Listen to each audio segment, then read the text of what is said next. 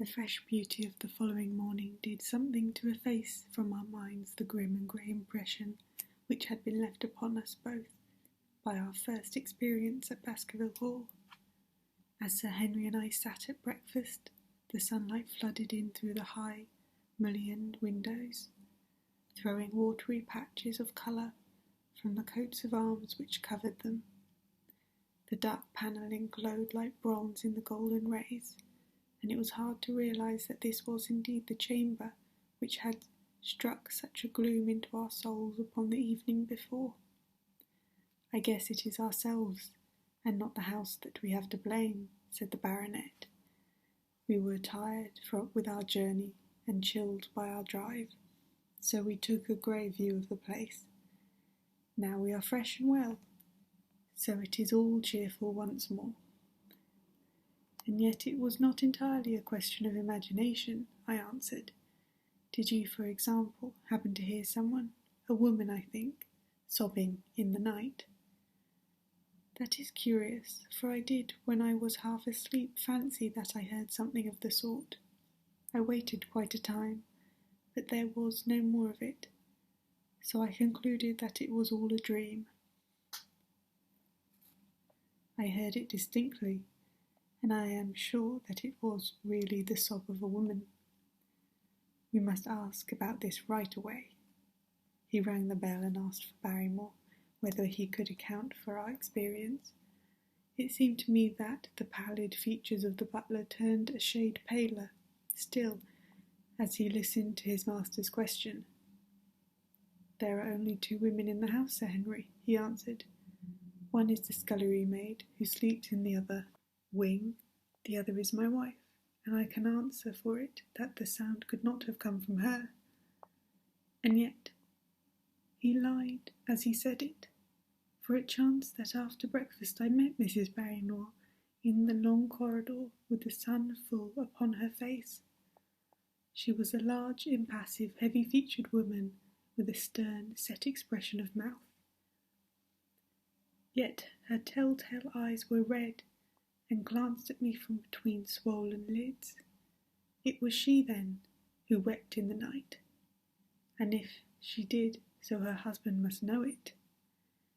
Yet he had taken the obvious risk of discovery in declaring that it was not so. Why had he done this? And why did she weep so bitterly? Already round this pale-faced, handsome, black-bearded man there was gathering an atmosphere of mystery and of gloom. It was he who had been the first to discover the body of Sir Charles, and we had only his word for all the circumstances which led up to the old man's death. Was it possible that it was Barrymore, after all, whom we had seen in the cab in Regent Street? The beard might as well have been the same. The cabman had described a somewhat shorter man, but such an impression might easily have been erroneous. How could I settle the point forever? Obviously, the first thing to do was to see the Gripen postmaster, and find whether the test telegram had really been placed in Barrymore's own hands. Be the answer what it might, I should at least have something to report to Sherlock Holmes. Sir Henry had numerous papers to examine after breakfast, so that the time was propitious for my excursion. It was a pleasant walk of 4 miles along the edge of the moor, leading me at last to a small grey hamlet, in which 2 larger buildings, which proved to be the inn and the house of Dr. Mortimer, stood high above the rest. The postmaster, who was also a village grocer, had a clear recollection of the telegram. "Certainly, sir," said he.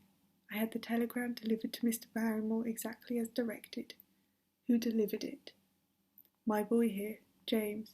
You delivered the telegram to Mr. Barrymore at the Hall last week, did you not?" "Yes, father, I delivered it." "Into his own hands?" I asked. "Well, he was up in the loft at the time, so that I could not put it in his own hands, but I gave it into Mrs. Barrymore's hands, and she promised to deliver it at once." "Did you see Mr. Barrymore?" "No, sir, I tell you he was in the loft." "If you didn't see him, how do you know he was in the loft?" "Well, surely his own wife ought to know where he is," said the postmaster testily. Didn't he get the telegram? If there's any mistake, it is for Mr. Barrymore himself to complain." It seemed hopeless to pursue this inquiry any further, but it was clear that in spite of Holmes's ruse, we had no proof that Barrymore had not been in London at the time. Suppose that it were so. Suppose that the same man had been the last who had seen Sir Charles alive, and the first to dog the new heir when he returned to England. What then? Was he the agent of others, or had he some sinister design of his own? What interest could he have in persecuting the Baskerville family? I thought of the strange warning clipped out of the leading article of the Times. Was that his work? Or was it possibly the doing of someone who was bent upon counteracting his schemes? The only conceivable motive was that which had been suggested by Sir Henry, that if the family could be scared away, a comfortable and permanent home would be secured for the Barrymores. But surely such an explanation as that would be quite inadequate to account for the deep and subtle scheming which seemed to be weaving an invisible net round the young baronet. Holmes himself had said that no more complex case had come to him in all the long series of sensational investigations. I prayed, as I walked back along the grey, lonely road, that my friend might soon be freed from his preoccupations and able to come down to take this heavy burden of responsibility from my shoulders. Suddenly my thoughts were interrupted by the sound of running feet behind me, and by a voice which called me by name. I turned, expecting to see Dr. Mortimer, but to my surprise it was a stranger who was pursuing me. He was a small, slim, clean-shaven, prim-faced man, flaxen-haired and lean-jawed, between 30 and 40 years of age, dressed in a grey suit and wearing a straw hat. A tin box for botanical specimens hung over his shoulder, and he carried a green butterfly net in one hand. "You will, I am sure, excuse my presumption, Dr. Watson," said he, as he came panting up to where I stood. "Here on the moor we are homely folk, and do not wait for formal introductions. You may possibly have heard my name from our mutual friend, Mortimer. I am Stapleton, of Marypit House." "Your net in box would have told me as much," said I, for I knew that Mr. Stapleton was a naturalist. "But how did you know me?" "I have been calling on Mortimer, and he pointed you out to me from the window of his surgery as you passed. As our road lay the same way, I thought I would overtake you and introduce myself. I trust that Sir Henry is none the worse for his journey." "He is very well, thank you. We were all rather afraid that after the sad death of Sir Charles, the new baronet might refuse to live here. It is asking much of a wealthy man to come down and bury himself in a place of this kind, but I need not tell you that it means a great deal to the countryside. Sir Henry has, I suppose, no superstitious fears in the matter. I do not think that it is likely. Of course, you know the legend of the fiend dog which haunts the family." "I have heard it. It is extraordinary how credulous the peasants are about here. Any number of them are ready to swear that they have seen such a creature upon the moor." He spoke with a smile, but I seemed to read in his eyes that he took the matter more seriously. The story took a great hold upon the imagination of Sir Charles, and I have no doubt that it led to his tragic end. But how? His nerves were so worked up that the appearance of any dog might have had a fatal effect upon his diseased heart. I fancy that he really did see something of the kind upon that night in the Yew Valley. I feared that some disaster might occur, for I was very fond of the old man, and I knew that his heart was weak. "How did you know that?" "My friend Mortimer told me." "You think, then, that some dog pursued Sir Charles, and that he died of fright in consequence? Have you any better explanation?" "I have not come to any conclusion." "Has Mr. Sherlock Holmes?" The words took away my breath for an instant, but a glance at the pallid face and steadfast eyes of my companion showed no surprise was intended. "It is useless for us to pretend that we do not know you, Dr. Watson," said he. "The records of your detective have reached us here, and you could not celebrate him without being known yourself. When Mortimer told me your name, he could not deny your identity. If you are here, then it follows that Mr. Sherlock Holmes is interesting himself in the matter, and I am naturally curious to know what view he may take. I am afraid that I cannot answer that question. May I ask if he is going to honour us with a visit himself? He cannot leave town at present. He has other cases which engage his attention. What a pity! He might throw some light on that which is so dark to us. But as to your own researches, if there is any possible way in which I can be of service to you, I trust that you will command me. If I had any indication of the nature of your suspicions, or how you propose to investigate the case, I might perhaps even now give you some aid or advice. I assure you that I am simply here upon a visit to my friend Sir Henry, and that I need no help of any kind." "Excellent," said Stapleton. "You are perfectly right to be wary and discreet. I am justly reproved for what I feel was an unjustifiable intrusion, and I promise you that I will not mention the matter again." We had come to a point where the narrow grassy path struck off from the road and wound away across the moor. A steep, boulder-sprinkled hill lay upon the right, which had in bygone days been cut into a granite quarry. The face, which was turned up towards us, formed a dark cliff, the ferns and brambles growing in its niches. From over a distant rise there floated a grey plume of smoke. "A moderate walk along this moor path brings us to Merrypit House," said he. "Perhaps you will spare an hour, that I may have the pleasure of introducing you to my sister." My first thought was that I should be by Sir Henry's side, but then I remembered the pile of papers and bills with which his study table was littered. It was certain that I could not help him with those, and Holmes had expressly said that I should study the neighbours upon the moor. I accepted Stapleton's invitation, and we turned together down the path. "It is a wonderful place, the moor," said he, looking round over the undulating downs, long green rollers, the crests of jagged granite, foaming up into fantastic surges. "You never tire of the moor. You cannot think the wonderful secrets which it contains. It is so vast and so barren and so mysterious." "You know it well, then." "I have only been here 2 years. The residents would call me a newcomer.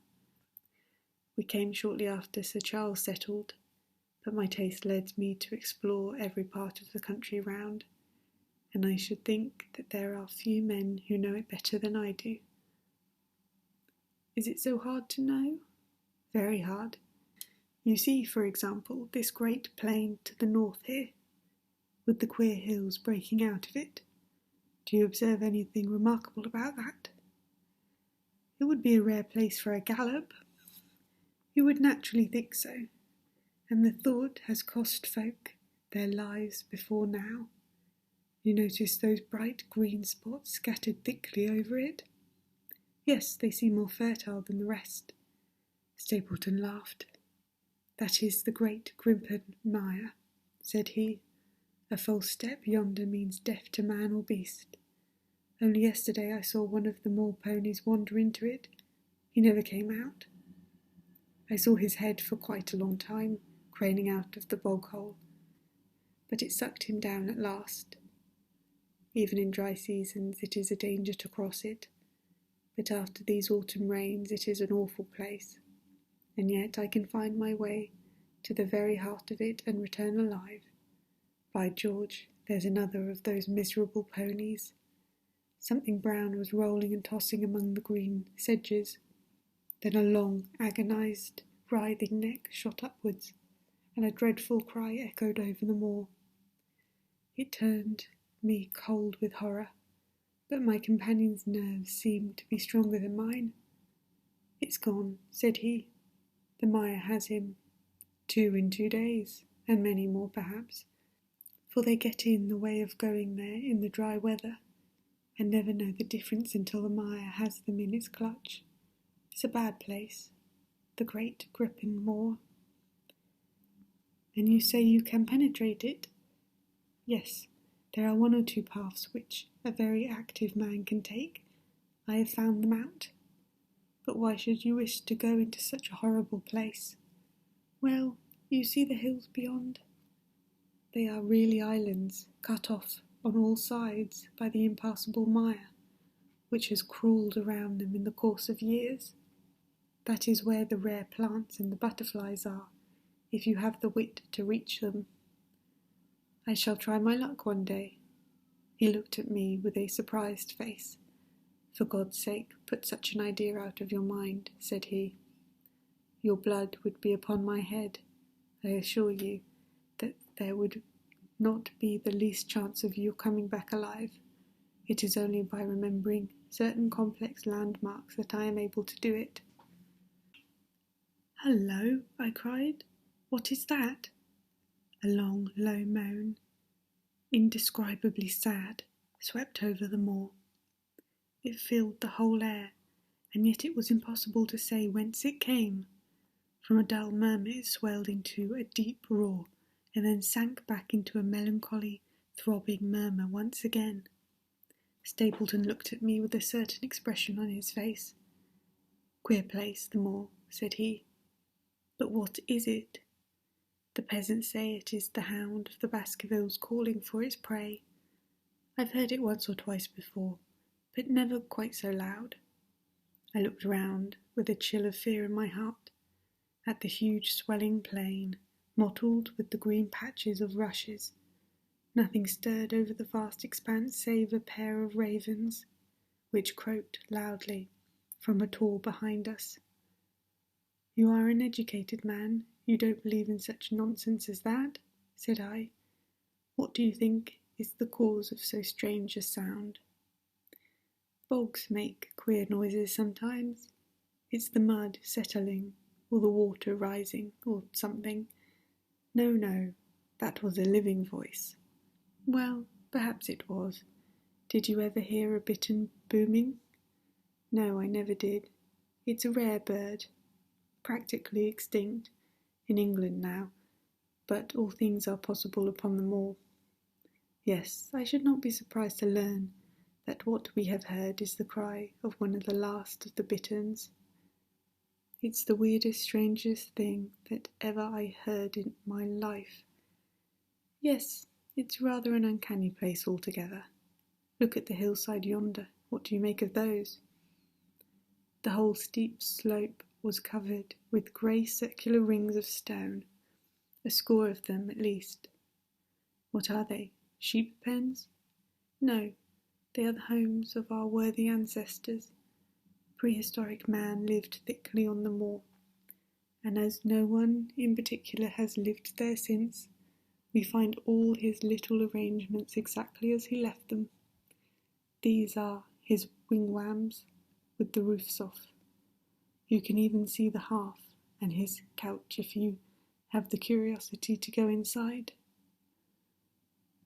"But it is quite a town. When was it inhabited?" "Neolithic man, no date." "What did he do?" "He grazed his cattle on these slopes, and he learned to dig for tin when the bronze sword began to supersede the stone axe. Look at the great trench in the opposite hill. That is his mark. Yes, you will find some very singular points about the moor. Dr. Watson. Oh, excuse me an instant. It is surely Cyclopedes." A small fly or moth had fluttered across our path, and in an instant Stapleton was rushing with extraordinary energy and speed in pursuit of it.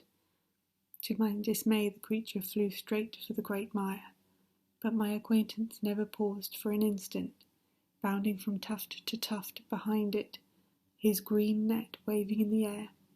His grey clothes and jerky, zigzag, irregular progress made him lot unlike some huge moth himself. I was standing watching his pursuit, with a mixture of admiration for his extraordinary activity and fear lest he should lose his footing in the treacherous mire, when I heard the sound of steps and, turning round, found a woman near me upon the path. She had come from the direction in which the plumes of smoke indicated the position of Merripit House, but the dip of the moor had hid her until she was quite close. I could not doubt that this was the Miss Stapleton of whom I had been told, since ladies of any sort must be few upon the moor, and I remembered that I had heard someone describe her as being a beauty. The woman who approached me was certainly that, and of a most uncommon type. There could not have been a greater contrast between brother and sister, for Stapleton was neutral-tinted, with light hair and grey eyes, while she was darker than any brunette whom I have seen in England. Slim, elegant, and tall. She had a proud, finely cut face, so regular that it might have seemed impassive were it not for the sensitive mouth and the beautiful, dark, eager eyes.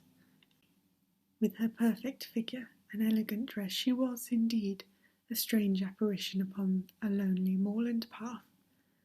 Her eyes were on her brother as I turned, and then she quickened her pace towards me.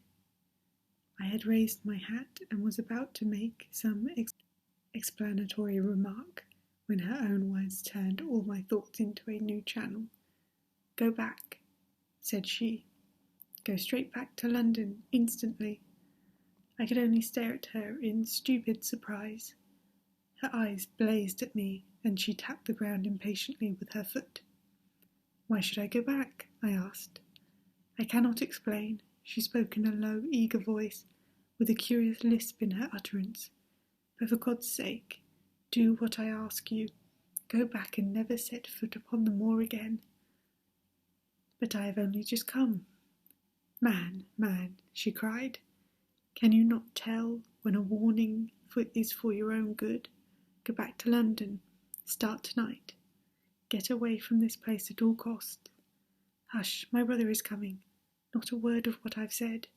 Would you mind getting that orchid for me along the mare's tail, yonder? We are very rich in orchids on the moor, though, of course, you are rather late to see the beauties of this place." Stapleton had abandoned the chase and came back to us, breathing hard and flushed with his exertions. "Hello, Beryl," said he, and it seemed to me that the tone of his greeting was not altogether a cordial one. "Well, Jack, you are very hot." "Yes, I was chasing a Cyclopedes. He is very rare, and seldom found in the late autumn. What a pity that I should have missed him." He spoke unconcernedly, but his small light eyes glanced incessantly from the girl to me. "You have introduced yourselves, I can see." "Yes, I was telling Sir Henry that it was rather late for him to see the true beauties of the moor."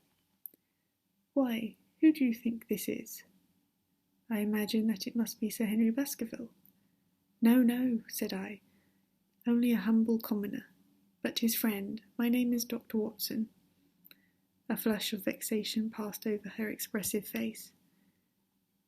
"We have been talking at cross purposes," said she. "Why, you had not very much time for talk," her brother remarked, with the same questioning eyes. "I talked as if Dr. Watson were a resident instead of being merely a visitor," said she. "It cannot be much matter to him whether it is early or late for the orchids. But you will come on, will you not, and see Merripit House?" A short walk brought us to it, a bleak moorland house, once a farm of some grazier in the old prosperous days, but now put into repair and turned into a modern dwelling. An orchard surrounded it, but the trees, as is usual upon the moor, were stunted and nipped, and the effect of the whole place was mean and melancholy. We were admitted by a strange, wizened, rusty-coated old man-servant, who seemed in keeping with the house. Inside, however, there were large rooms furnished with an elegance in which I seemed to recognise the taste of the lady. As I looked from their windows at the interminable granite-flecked moor rolling unbroken to the farthest horizon, I could not but marvel at what could have brought this highly educated man and this beautiful woman to live in such a place. "Queer spot to choose, is it not?" said he, as if in answer to my thought. "And yet we manage to make ourselves fairly happy, do we not, Beryl?" "Quite happy," said she, but there was no ring of conviction in her words. "I had a school," said Stapleton. "It was in the North Country. The work, to a man of my temperament, was mechanical and uninteresting, but the privilege of living with youth, of helping to mould those young minds, and of impressing them with one's own character and ideals, was very dear to me. However, the fates were against us. A serious epidemic broke out in the school, and 3 of the boys died. It never recovered from the blow, and much of my capital was irretrievably swallowed up. And yet, if it were not for the loss of the charming companionship of the boys, I could rejoice over my own misfortune, for, with my strong tastes for botany and zoology, I find an unlimited field of work here, and my sister is as devoted to nature as I am. All this, Dr. Watson, has been brought upon your head by your expression as you surveyed the moor out of our window. It certainly did cross my mind that it might be a little dull, less for you, perhaps, than your sister." No, I am never dull," she said quickly. "We have books, we have our studies, and we have interesting neighbours. Dr. Mortimer is a most learned man in his own line. Poor Sir Charles was also an admirable companion. We knew him well, and miss him more than I can tell. Do you think that I should intrude if I were to call this afternoon and make the acquaintance of Sir Henry? I am sure that he would be delighted. Then perhaps you would mention that I propose to do so. We may in our humble way do something to make things more easy for him until he becomes accustomed to his new surroundings. Will you come upstairs, Dr. Watson, and inspect my collection of Lepidoptera? I think it is the most complete one in the southwest of England. By the time that you have looked through them, lunch will be almost ready." But I was eager to get back to my charge. The melancholy of the moor, the death of the unfortunate pony, the weird sound which had been associated with the grim legend of the Baskervilles, all these things tinged my thoughts with sadness. Then on top of all these more or less vague impressions there had come the definite and distinct warning of Miss Stapleton, delivered with such intense earnestness that I could not doubt that some grave and deep reason lay behind it. I resisted all pressure to stay for lunch, and I set off at once upon my return journey, taking the grass-grown path by which we had come. It seems, however, that there must have been some short-cut for those who knew it, for before I had reached the road, I was astounded to see Miss Stapleton sitting upon a rock by the side of the track. Her face was beautifully flushed with her exertions, and she held her hand to her side. "I have run all the way in order to cut you off, Dr. Watson," said she. "I had not even time to put on my hat. I must not stop, or my brother may miss me. I wanted to say to you how sorry I am about the stupid mistake I made in thinking that you were Sir Henry. Please forget the words I said, which have no application whatsoever to you." "But I can't forget them, Miss Stapleton," said I. "I am Sir Henry's friend, and his welfare is a close concern of mine. Tell me, why is it that you were so eager that Sir Henry should return to London?" "A woman's whim, Dr. Watson. When you know me better you will understand that I cannot always give reasons for what I say or do. No, I remember the thrill in your voice. I remember the look in your eyes. Please, be frank with me, Miss Stapleton, for ever since I have been here I have been conscious of shadows all around me. Life has become like the great Crippen mire, with little green patches everywhere, onto which one may sink with no guide to put the track. Tell me then, what it was that you meant, and I will promise to convey your warning to Sir Henry. An expression of irresolution passed for an instant over her face, but her eyes had hardened again when she answered me. You make too much of it, Dr. Watson, said she. My brother and I were very much shocked by the death of Sir Charles. We knew him very intimately, for his favourite walk was over the moor to our house. He was deeply impressed with the curse which hung over his family, and when this tragedy came I naturally felt that there must be some grounds for the fears he had expressed. I was distressed, therefore, when another member of the family came down to live here, and I felt that he should be warned of the dangers which he will run. That was all which I intended to convey. But what is the danger? You know the story of the Hound. I do not believe in such nonsense, but I do. If you have any influence over Sir Henry, take him away from a place which has always been fatal to his family. The world is wide. Why should he wish to live at the place of danger? Because it is the place of danger. That is Sir Henry's nature. I fear that unless you can give me some more definite information than this, it would be impossible to get him to move. I cannot say anything definite, for I do not know anything definite. I would ask you one more question, Miss Stapleton. If you meant no more than this when you spoke to me, why should you not wish your brother to overhear what you said? There is nothing to which he or anyone else could object. My brother is very anxious to have the hall inhabited, for he thinks that it is for the good of the poor folk upon the moor. He would be very angry if he knew that I had said anything which might induce Sir Henry to go away. But I have done my duty now, and I will say no more. I must get back, or he will miss me and suspect that I have seen you. Goodbye. She turned and had disappeared in a few minutes among the scattered boulders, while I, with my soul full of vague fears, pursued my way to Baskerville Hall.